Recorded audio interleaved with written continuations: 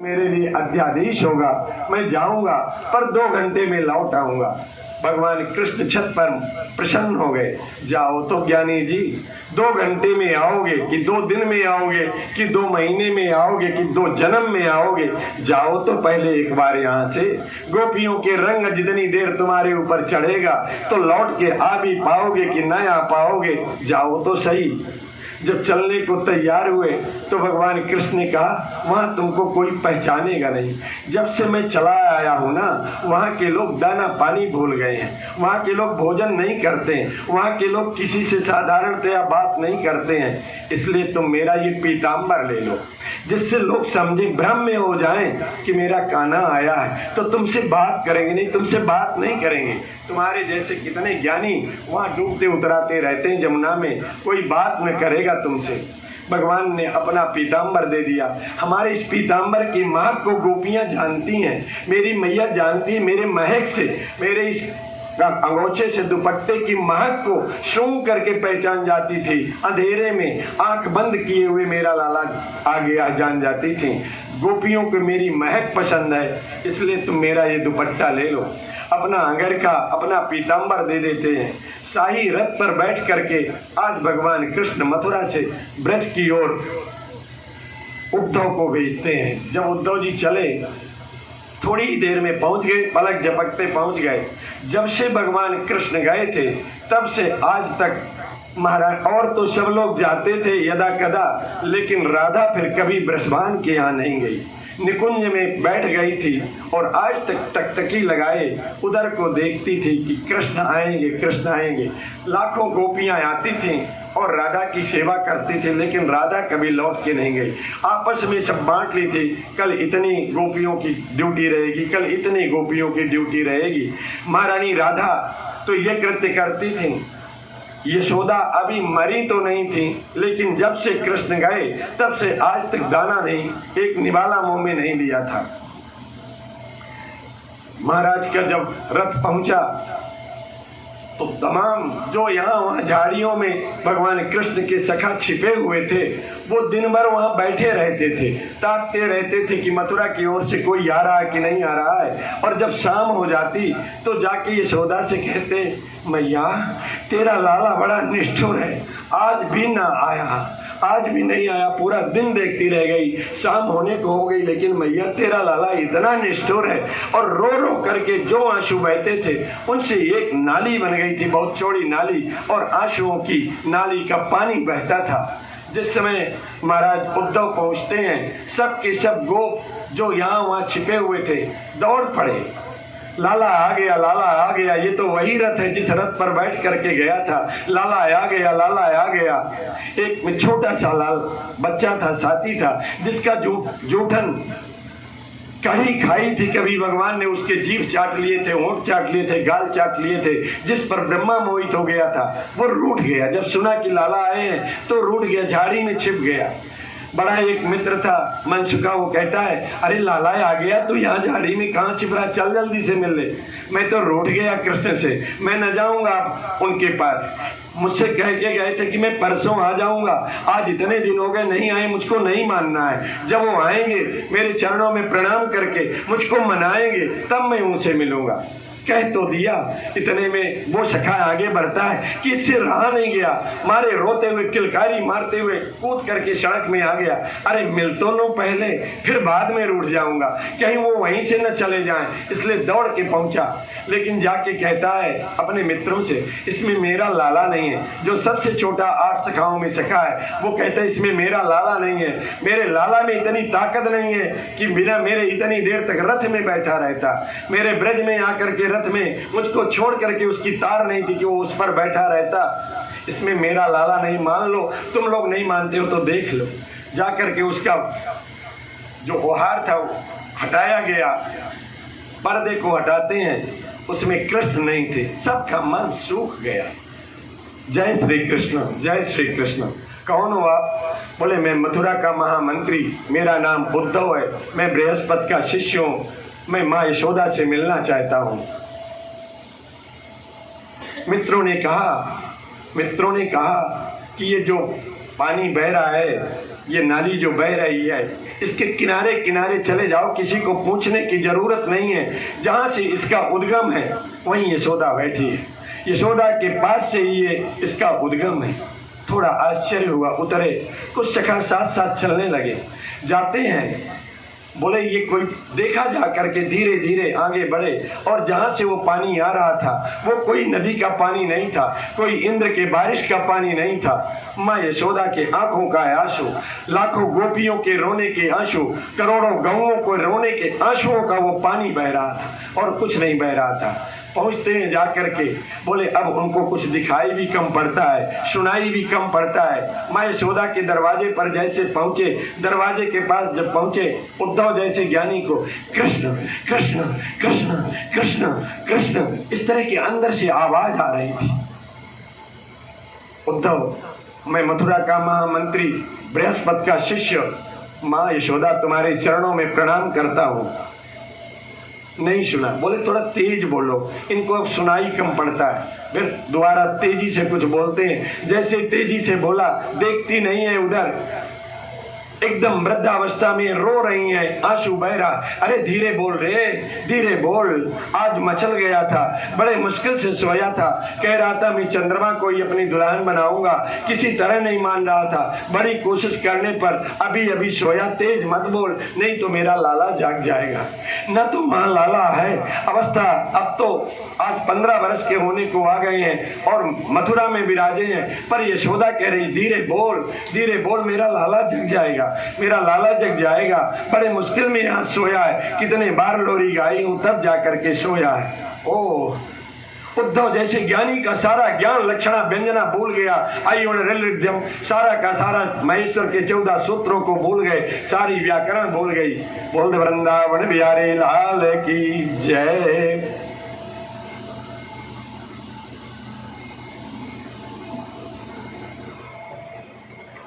अकाट्य उदाहरण यशोदा ने दिया उस लाला के पालने का, जिसमें उद्धव जैसा ज्ञानी मूक हो गया, मेरे भाई मूक हो गया, कुछ बोल न सका एक शब्द भी। रात बीती, सवेरा हुआ, मैं इतना बड़ा ज्ञानी आया था इनको ज्ञान सिखाने के लिए और मैं यशोदा के सामने बौना हो गया।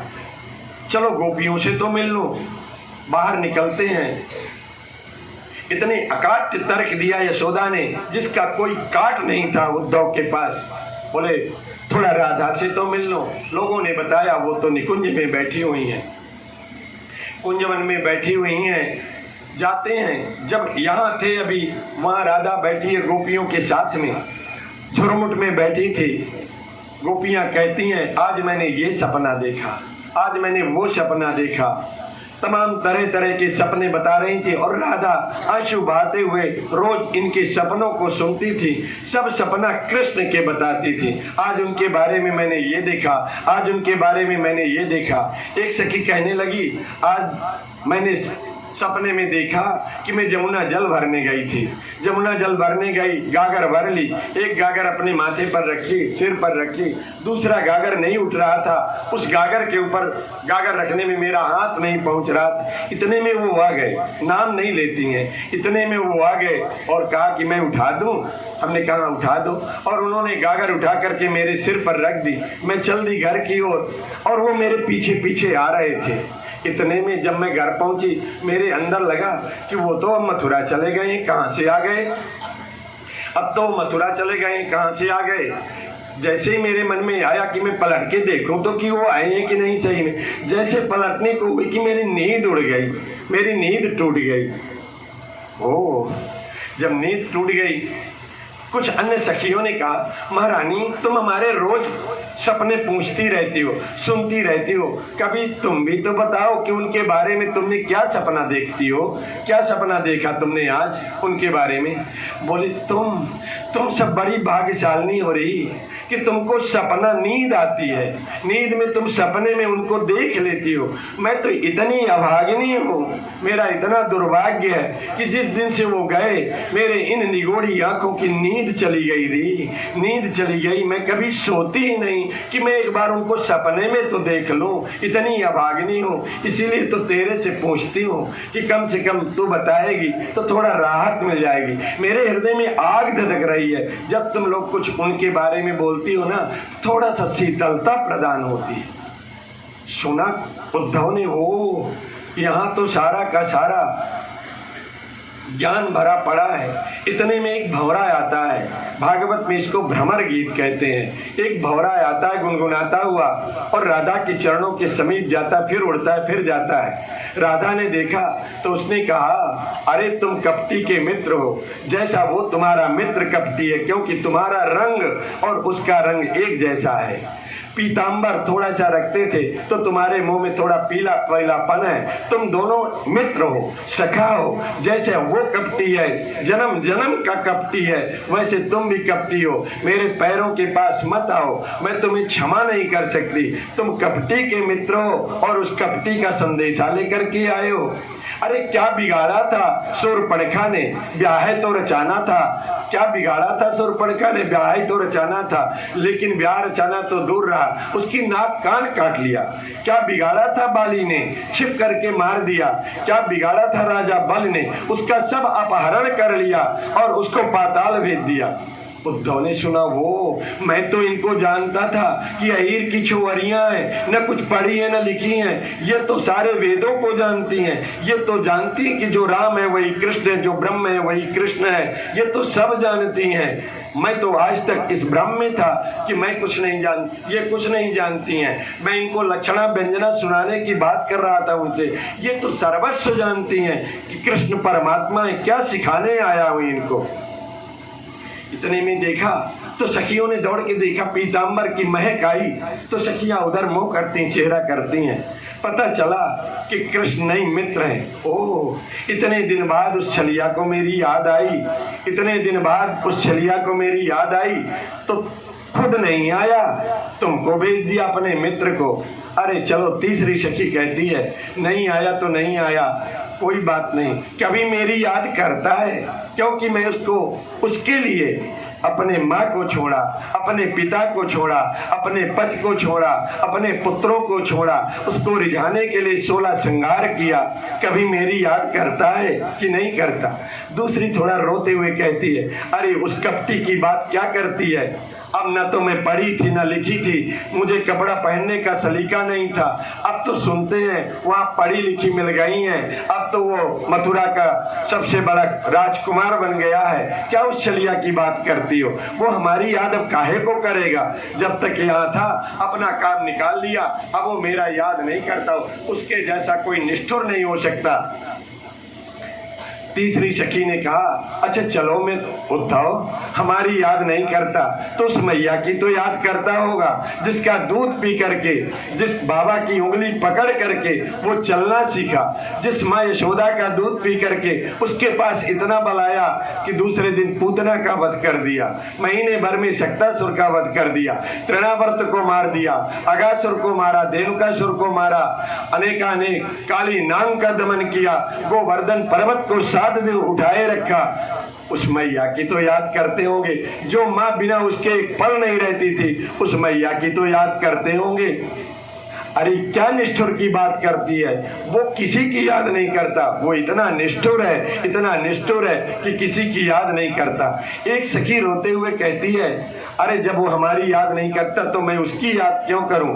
अगर वो मेरे बिना जिंदा रह लेता है, मेरा प्राण अर्पण करने के बाद भी अगर कदाचित वो मेरे बिना जिंदा रह लेता है तो मैं भी जिंदा रह लूंगी। कहने को तो कह दिया उस गोपी ने, लेकिन इतना फपक के रोई कि लगा कि पूरा का पूरा निधिवन गूंज उठा। अब उद्धव का सारा ज्ञान चला गया, सारा ज्ञान समाप्त हो गया। गोपियों की चरणों में लोटपोट हो गए।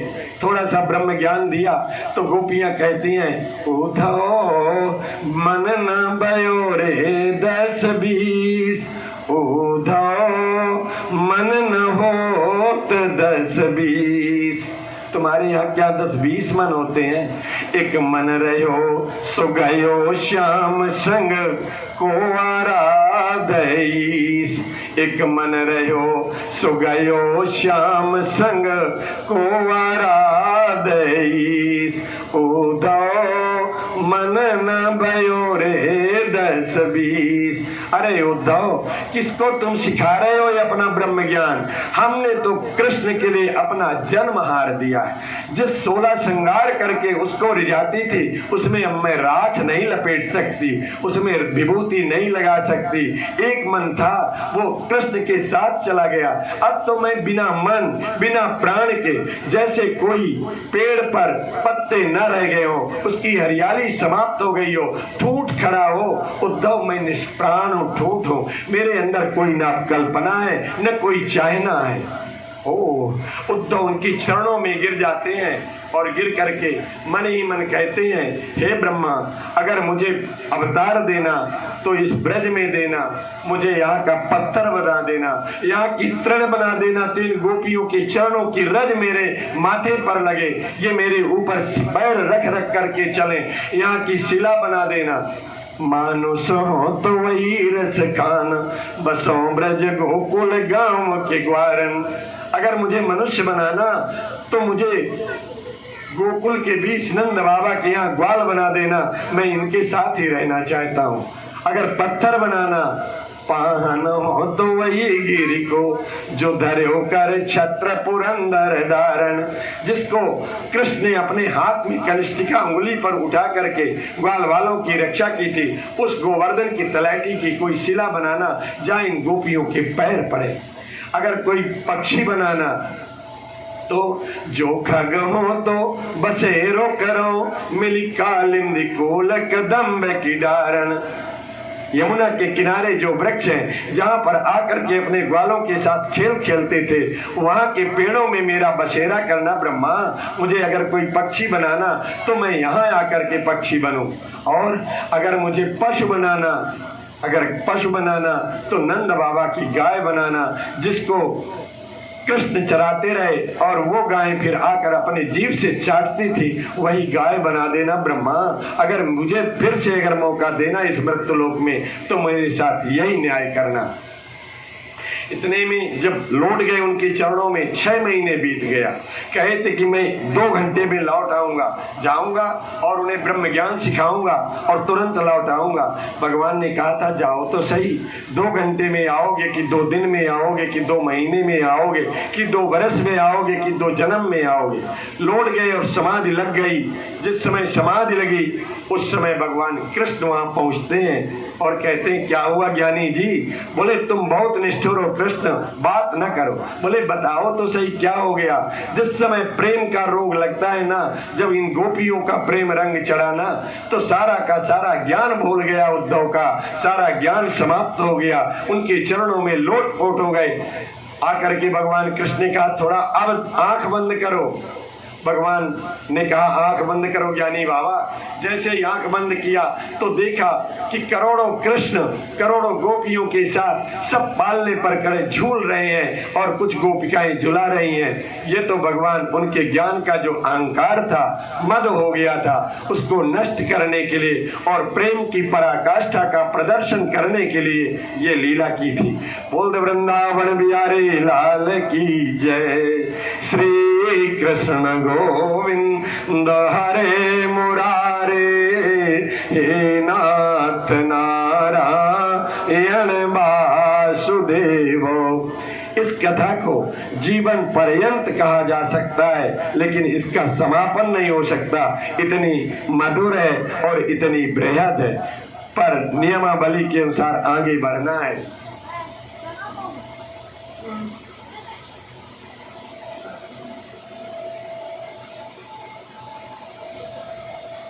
हरिओम।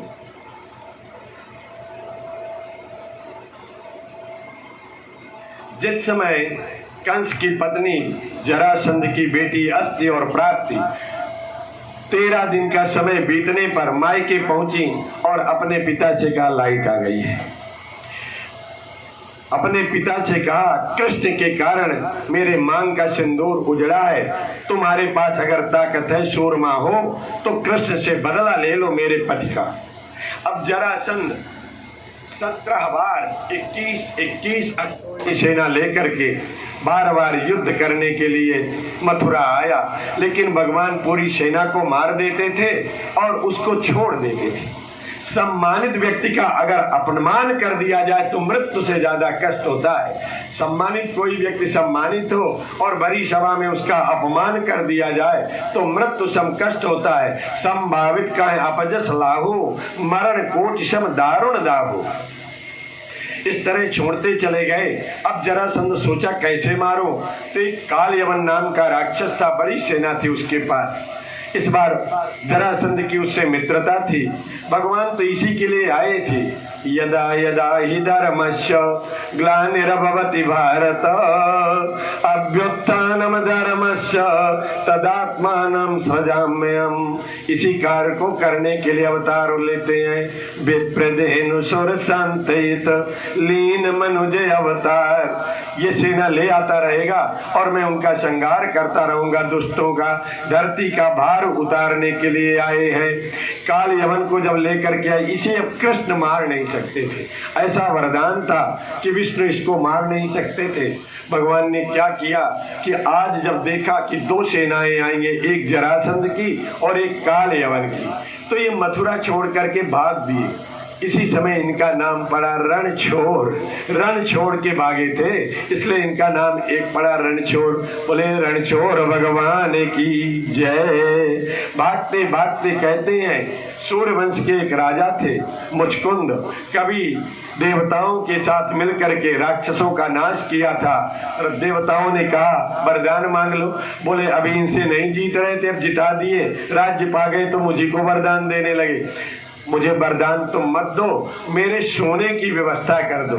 युद्ध करते करते मैं थक गया हूँ, तो मेरे सोने की व्यवस्था कर दो। जब तक मैं अपने से न जगूं तो कोई मुझे जगाना नहीं, जो जगाएगा वो भस्म हो जाएगा। व्यवस्था कर दी गई है गुफा में। आज बहुत दिनों से मुचकुंद महाराज सोए हुए थे। भगवान भागते गए अपना पीताम्बर पहराते हुए, और काल यवन ने पीछा किया। पीछा करते करते भगवान गए और मुचकुंद को अपना पीताम्बर ऊपर से ढक दिए। वो तो सोए हुए थे। काल यवन पीछे से पहुंचा, बोला ये भगोड़ा अब यहाँ आकर के थक गया, सोने का स्वांग रच रहा है। बड़े जोर से अपने चरणों का प्रहार किया और उस प्रहार से मुचकुंद की नींद खुली। जैसे पीताम्बर हटा, देखा तो काल यवन श्रीमन नारायण हो गया, गोविंदाय नमो नमः हो गया। तत्पश्चात आकर के बोले प्रभु बहुत दिन से सो रहे हैं, एक युग बीत गया, त्रेता बीत गया, द्वापर बीतने वाला है, इतनी लंबी नींद सोए हो। उन्होंने भगवान को देख करके उनके चरणों में प्रणाम करके भगवान के धाम को चले गए। इसके बाद अब जरासंध ने क्या किया कि अपनी सेना को लेकर भगवान वहां से लौटकर प्रवर्षण गिर पर चढ़ गए। देखा कि पूरी सेना काल यवन की भी और जरासंध की भी चली आ रही है, क्या किया जाए। तो दोनों भाई एक पहाड़ी पर चढ़ गए प्रवर्षण गिर पर। जरासंध ने चारों ओर से आग लगवा दी और आग लगवा करके इतना पेट्रोल डालता गया कि लपटें ऊपर तक जाने लगी। भगवान ने सोचा अब कहाँ जाएं, तो तुरंत ही उन्होंने विश्वकर्मा को बुलाया और कहा समुद्र में एक पुरी बसा दो, एक नगरी बसा दो जो अलकापुरी से भी सुंदर हो, इंद्रपुरी से भी सुंदर हो, ऐसी नगरी का निर्माण करो। पलक झपकते ही विश्वकर्मा ने एक नगरी बसा दी और इसका नाम पड़ा द्वारिका। ये सप्तपुरियों में इसकी गिनती है। जो सप्तपुरियां हैं, जो इनका केवल दर्शन कर ले उनकी बात नहीं, जो सुबह उठकर इन 7 पुरियों का नाम लेता है वो पतित भी कितना क्यों ना हो पावन हो जाता है। उनमें ये द्वारिका भी आती है। उस द्वारिका का निर्माण हो गया। द्वारिका में जैसे निर्माण हुआ, सबसे ऊपर शिखर पर चढ़ करके दोनों भाई द्वारिका में कूद गए और इधर जरासंध को लगा कि दोनों भस्म हो गए। पूरे संसार में विख्यात करा दिया धरा मंडल में कि दोनों को मैंने जला दिया, और बड़े प्रसन्न होकर के अपने धाम को गए। वापस चले गए। अब जब यहाँ द्वारिकापुरी बस गई, कुछ दिन तक तो रहे, इसके बाद अपने मैया को, देवकी को बुला लिया, पिताजी वसुदेव को बुला लिया, जो उनके नजदीकी परिकर थे उन सभी परिकरों को द्वारिका में बुला लिया। और ऐसी कुछ माया हुई भगवान की, द्वारिका एक राजधानी बनी, बहुत बड़ा राज्य बना, जहाँ पर प्रजा अपने आप ही आ गई। बीथियां थी, गलियां थी, सरोवर थे, मंदिर थे, राज दरबार था, राज्यसभा थी, सुधर्मा सभा थी, सब कुछ का निर्माण हो गया। इसमें राज करते करते बहुत समय बीता। एक दिन की बात है, बार बार महाराज नारद यहाँ आया करते थे। एक दिन की बात है, एक ब्राह्मण आया। ब्राह्मण कौन आया? ये कुंडनपुर का था, विदर्भ का था। गुजरात में है द्वारिका और विदर्भ पूना महाराष्ट्र में है। तो महाराष्ट्र का एक ब्राह्मण आया, विदर्भ का एक ब्राह्मण आया। यूं आया, वहाँ विदर्भ के जो राजा थे उनका नाम था भीष्मक। भीष्मक की एक बेटी थी, 4 बेटे थे। बेटी का नाम था रुक्मिणी। कभी इनके यहाँ नारद गए थे और नारद चर्चा करते करते कृष्ण के गुणानुवादों का गायन किया, तो रुक्मिणी ने सुना और रुक्मिणी सुन करके अपना मन दे दिया भगवान कृष्ण को कि मैं कृष्ण को अपना पति बनाऊंगी। ऐसा संकल्प कर लिया नारद के सुनाने से। न तो देखा है, न केवल आज पहली बार सुना और सुनते ही मन में कृष्ण को बसा लिया। उसी तरह से जैसे जब सीता ने देखा पुष्प वाटिका में राम को, तो देख करके तुरंत ही कहती है अपनी सखी से, सीता, अरे सखी, मेरे पिता की प्रतिज्ञा है, जो धनुष को तोड़ेगा, जो धनुष पर प्रत्यंचा चढ़ाएगा, उसके साथ विवाह होगा मेरा। पर मैंने पिता से भी बढ़ करके एक प्रतिज्ञा कर ली। क्या प्रतिज्ञा कर ली सीता तुमने? तो अपनी सखी से बताती है पुष्प वाटिका में, अरे मोहिय में नीचय सजनी, सुन मेरी प्रतिज्ञा, मोहिय में नीचय सजनी, यह ताता होते प्रण मेरो माँ है। हमारे पिता की प्रतिज्ञा महान है, बड़ी कठिन है, पर मैंने उनसे भी बड़ी प्रतिज्ञा कर ली है। मोहिय में नीचय सजनी, यह ताता होते प्रण मेरो माए, और सुंदर श्याम सुजान शिरोमणि, मोहिय में रमि राम राय। हमारे हृदय में ये राम बस गया, जिसको तूने दिखाया यहाँ ले आकर के, मोहिय में रमि राम राय। और रीति पतिव्रत राखी चुकी, रीति पतिव्रत राखी चुकी। अरे माई मत भूलो, मत भूलो, कौन सा ऐसा ठौर है जहाँ राम ना हो? जहाँ तुम्हारा परमात्मा नो यहीं पर नहीं हो, वहाँ भी है, रखा रहने दो। रीति पतिव्रत राखी चुकी, मुख भाखी चुकी, अपनो दुल्हा है। मैंने पतिव्रता की रीत रख ली री, अब चाहे मुझको कोई कुछ भी कहे। रीति पतिव्रत राखी चुकी, मुख भाखी चुकी, अपनो दुल्हा है। चापे निगोड़ो अभय जरी जाए, चढ़े तो का न चढ़े तो काय। चाहे धनुष टूटे और चाहे न टूटे, इस पर प्रत्यंचा चढ़े या न चढ़े, वरण करूंगी तो राम को, अन्यथा वरण बरो शंभु न तराऊं कुंवारी। अगर वरण करूंगी तो राम को। इसी तरह से महारानी रुक्मिणी भीष्मक की पुत्री ने भी निश्चय कर लिया। आज सुना महाराज भीष्मक ने अपने बेटे रुक्म से कहा, तुम्हारी बहन सयानी हो गई है और तुम भी बड़े हो रुक्मिणी से, इसलिए मेरा कर्तव्य है कि मैं तुमसे पूछूं, इसके विवाह की कुछ सोचो तुम कि मैं सोचूं। उन्होंने कहा, तुम बूढ़े हो गए हो, बूढ़े लोग पुराने दकियानोशी प्रवृत्ति के हो, मैं अपने बहन के लिए बेटा ढूंढूंगा, तुम उसकी चिंता छोड़ दो। और दूसरे ही दिन गया और जाकर के शिशुपाल को टीका कराया। शिशुपाल जो कृष्ण का बैरी था, उनको टीका करके आ गया। आके बताया, मैं रुक्मिणी का विवाह निश्चित कराया हूँ। अरे न तो तुम मुझसे पूछे और न रुक्मिणी से पूछे, रुक्मिणी भी तो अब सयानी हो गई है, पूछना चाहिए किससे कराए। लेकिन सब कोई किसी से कितना भी निडर हो, जैसे जहाँ तक मेरी जानकारी है जिले में जो कलेक्टर होता है, जिला दंडाधिकारी होता है, उसके पास पावर होता है। अगर किसी व्यक्ति को ये मान ले कि ये जिले के लिए द्रोही है तो उसे वो गोली मरवा देने का अधिकार उसे प्राप्त है। चलवाता नहीं इतना जल्दी, जब बहुत ही संकट पड़ता है तब गोली चलाने का आदेश देता है, पर कलेक्टर को ये अधिकार प्राप्त है। इतना बड़ा उसे अधिकार प्राप्त है, पर जब अपने कक्ष में जाता है तो वहां पर अपनी पत्नी और अपने बच्चे से डरता है। आप जान लीजिए, अपने पत्नी और अपने बच्चे से डरता है, उनके सामने कलेक्टर ही नहीं झाड़ता। ठीक यही दशा होती है। महाराज भीष्मक भी रुक्म से डर रहे थे, बेटे से डर रहे थे। रुक्मिणी ने कहा कि मैं जिसको कराया आप छोड़िए, किसको कराए हो, कम से कम इतना तो बता दो। बोले मैं चेदी वंश के राजा शिशुपाल के साथ इनका टीका कराया हूँ। रुक्मिणी ने सुना कि मेरा टीका तो ये शिशुपाल के साथ कराया मेरा भैया, सो रोने लगी। सो रुक्मी की पत्नी ने जाना क्यों रो रही हो। बोले भैया टीका कराए शिशुपाल के साथ और मैं अपना मन दे चुकी हूँ कृष्ण को, अब क्या करूं।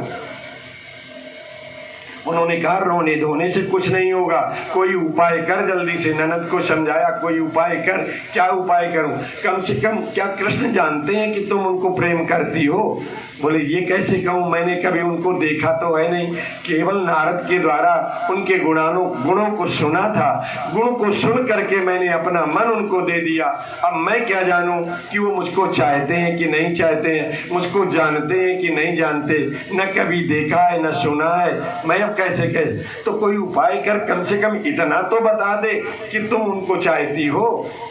एक ब्राह्मण को बुलाया। जब विपत्ति पड़ती है मेरे माई बाप तो ब्राह्मण ही काम आता है, ब्राह्मण ही काम आता है। कोई नाराज मत होना, हम डरते हैं आप लोगों से, लेकिन मैं बता दूं पृथ्वीराज चौहान का नाम इतना बड़ा आया तो ना आता अगर ब्राह्मण ना होता। चंद्रवरदाई अगर ना होते ना तो कभी न इतना बड़ा नाम आता। चंद्रवरदाई ब्राह्मण था, अपने पूरे कुल का नाश करा करके अपने राजा को बचा दिया था। चंद्रवरदाई के कारण इतना बड़ा नाम हुआ पृथ्वीराज चौहान का, किसी ब्राह्मण के कारण। रुक्मिणी भी आज एक ब्राह्मण की शरण में जाती हैं, उनको बुलाती हैं, कहती हैं मेरी एक पत्रिका है, लिख के दिया उन्होंने, और ले जाओ द्वारिकाधीश को दे देना। पत्रिका लेके चल दिया ब्राह्मण देवता। ब्राह्मण निष्कपट होकर के चल देते हैं। हालांकि ये समुद्र में बसा है, पहुंचना इतना सरल नहीं है, पर महारानी रुक्मिणी का कार्य करने के लिए चलते चलते चलते शाम तक में जा पहुंचे। जब यहाँ से भेजा था, जब विदर्भ से भेजा था महारानी रुक्मिणी ने, तब से कृष्ण वहां द्वारिका में टकटकी लगाए उस ब्राह्मण को देख।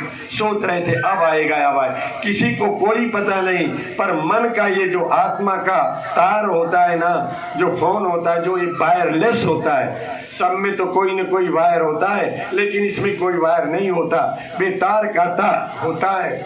उस तार को कृष्ण के पास पहुंच गया और कृष्ण टकटकी लगाए थे।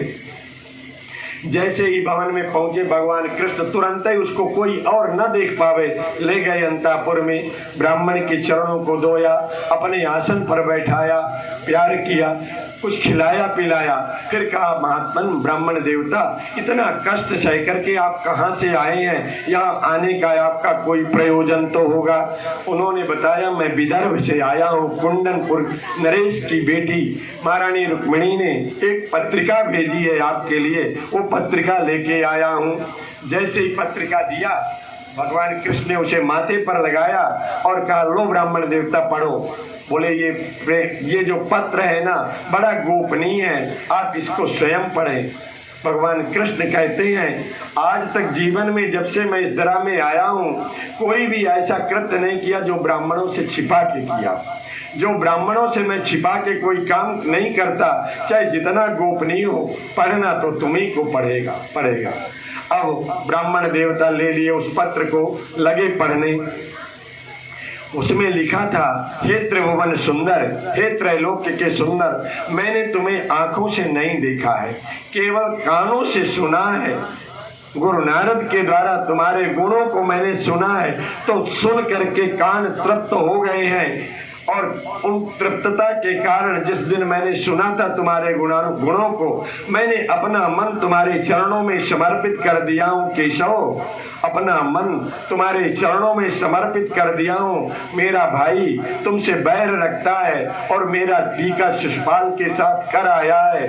अगर मुझे अपना मानते हो, अगर मुझे सच्चा मानते हो कि मैंने अपना मन तुम्हारे चरणों में पूर्णतया समर्पित कर चुकी हूँ, तो हे केशव, जैसे सिंह के भाग को कोई गीदड़ नहीं छू सकता है, उसी तरह मैं तुम्हारी भाग हूँ और तुम आकर के मुझे शिशुपाल आदि वैसे भी छू नहीं पाएंगे। कृष्ण एक जन्म नहीं करोड़ों जन्म लेकर के अगर स्पर्श करूंगी तो तुमको शिशुपाल आज जिस समय छूने की कोशिश करेंगे उस समय में भस्म हो जाऊंगी। अगर चाहते हो ना तो आकर के नियमानुसार परसों मैं अंबिका देवी का पूजन करने जाऊंगी। यहाँ मेरा भाई तुमसे बैर करता है, संभल करके आना और वहाँ गौरी मंदिर से मेरा अपहरण करना, गांधर्व विवाह करना। ये पत्रिका उन्होंने पढ़ा, ब्राह्मण देवता ने, महाराज कृष्ण ने सुना। बस रात भर का तो समय है, रात भर का समय, सवेरे विवाह होना है। शिशुपाल अपनी बारात लेकर के आ गया है जिसमें जरासंध, दंतवक्र आदि बड़े बड़े एक से एक दुर्दांत योद्धा आए हुए हैं। बारात पहुंच चुकी है और भगवान अभी द्वारिका में है। तुरंत दाऊ भैया न जान पावे, नहीं न जाने देंगे, क्योंकि अपने हैं तो बड़े, क्योंकि जब रामावतार में थे तो छोटे थे। जब देखो तो लक्ष्मण, अगर ऐसा होता तो मैं ये करता, ऐसा होता तो मैं ये करता, ऐसा होता तो मैं करता, पर आज्ञा न मिले तो नहीं कर पाते थे। भगवान ने कहा चलो अगले जन्म में तुमको बड़ा भाई बना दूंगा, जो मन होगा कर लेना। तो अब इस बार बड़ा प्रेम था, उस बार भी बड़ा प्रेम था लक्ष्मण का, और इस बार दाऊ भैया का बड़ा प्रेम है। अकेले जाने न देंगे। रात भर का समय, तैयारी करने में तो कुछ समय लगेगा, क्या किया जाए, दाऊ भैया न जान पावे, इसलिए छिप करके एक रथवान को बुलाया जो इस तरह का रथ चलाता था कि रथ के पहिए का चिन्ह न बने। रथ कहां से निकल गया उसका चिन्ह न बनने पावे, इस तरह का रथवान को बुलाया, ड्राइवर को। बड़े सैव्य सुग्रीव आज जो सबसे तेजगामी घोड़े थे द्वारिका में, उसको रथ में जुतवाया। रातों रात द्वारिका से भगवान कृष्ण का रथ कुंदनपुर पहुंच गया, विदर्भ पहुंच गया, गुजरात से पूना पहुंच गया रात भर में सूर्योदय होने को। अब उसी समय महारानी रुक्मिणी को जाना था गौरी पूजन करने के लिए। बड़े उसमें थी पशोपेश में, क्या करूं, जाऊं कि न जाऊं, जाऊं कि न जाऊं। अभी तक ना तो ब्राह्मण आया न कोई उसका संदेशा आया, क्या करूं न क्या करूं। और उधर बैंड बाजे इसके बज ही रहे हैं, क्या करूं। और उसी समय भगवान कृष्ण का रथ पहुंचा, उन्होंने रथ को वहीं रुकवा लिया। ब्राह्मण देवता को कहा जाओ मैं अपना काम करूंगा, आप अपना काम करो। ब्राह्मण देवता प्रसन्न चित्त चले और रुक्मिणी उधर आंसू बहा रही थी, अट्टालिका में बैठी। गौरी पूजन करने की तैयारी तो कर ली थी लेकिन आंसू बह रहे थे।